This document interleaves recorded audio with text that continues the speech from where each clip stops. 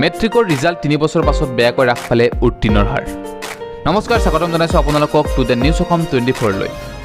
অসম মাধ্যমিক শিক্ষা পৰিষদ চমুকৈ সেবাই যোৱাকালি 2022 বৰ্ষৰ অসম হাইস্কুল শিক্ষান্ত পৰীক্ষাৰ ফলাফল ঘোষণা কৰে।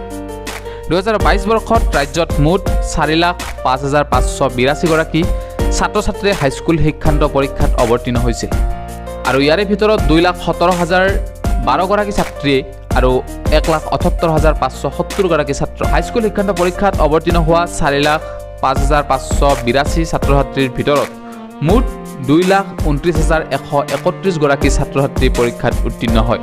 উত্তীৰ্ণ ছাত্ৰ ছাত্ৰীসকলৰ ভিতৰত 65,176 গৰাকী প্ৰথম বিভাগত, 99,854 গৰাকীয়ে দ্বিতীয় বিভাগত আৰু 64,101 গৰাকী তৃতীয় বিভাগত উত্তীৰ্ণ হৈছে। চলিত বৰ্ষত উত্তীৰ্ণ হাৰ হৈছে 54.49%। বিগত 4 বছৰৰ পাছত চলিত বৰ্ষত হাইস্কুল শিক্ষান্ত পৰীক্ষাত ছাত্ৰ ছাত্ৰীৰ উত্তীৰ্ণৰ হাৰ হ্ৰাস পাইছে।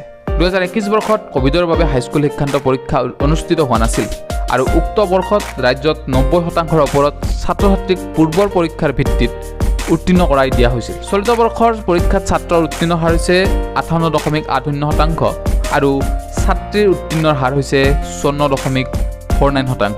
এনেকুৱা ধৰণৰ খবৰ পাই থাকিবলৈ to the news Assam 24 YouTube চেনেলটো ছাবস্ক্ৰাইব কৰিবলৈ নাপাহৰিব। ধন্যবাদ।